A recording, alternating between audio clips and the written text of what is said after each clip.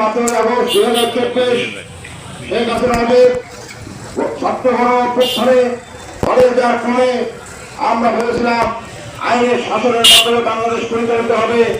যে দেশে কোনো খুনি বা সন্ত্রাসী কর্মকাণ্ড আমরা পরিচালনা হতে দেবো না। কিন্তু আমরা যুদ্ধের সাথে লক্ষ্য করলাম একের পর এক বিভিন্ন ঘটনা ঘটছে। তার এই ধারাবাহিকতায় গত 7ই আগস্ট গাজীপুরে সাংবাদিক প্রেমকে নৃশংসভাবে হত্যা করা হলো কুপিয়ে। হত্যাকাণ্ডের পরে আমরা দেখতে পেলাম একটি মহল একে চাঁদাবাজি কারণে চাঁদাবাজির ভিডিও ধারণ করার জন্য ওই হত্যা হয়েছে বলে তারা বিভিন্নভাবে প্রচার করতে থাকলো।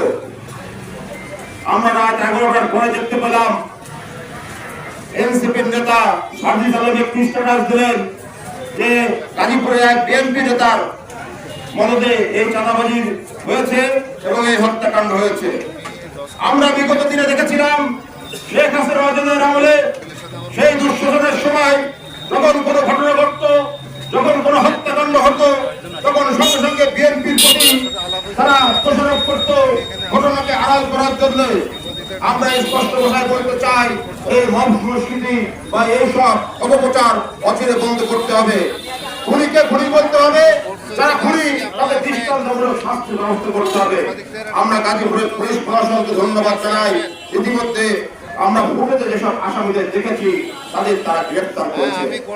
আমরা বলতে চাই অনতিবিলম্বে তাদের আইনের আওতায় আপনারা এনেছেন, তাদের বিচার করে তাদের ফাঁসির ব্যবস্থা করবে।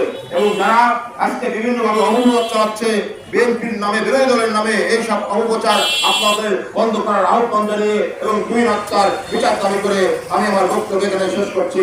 আল্লাহ হাফেজ। বাংলাদেশ জিন্দাবাদ। সবাইকে ধন্যবাদ।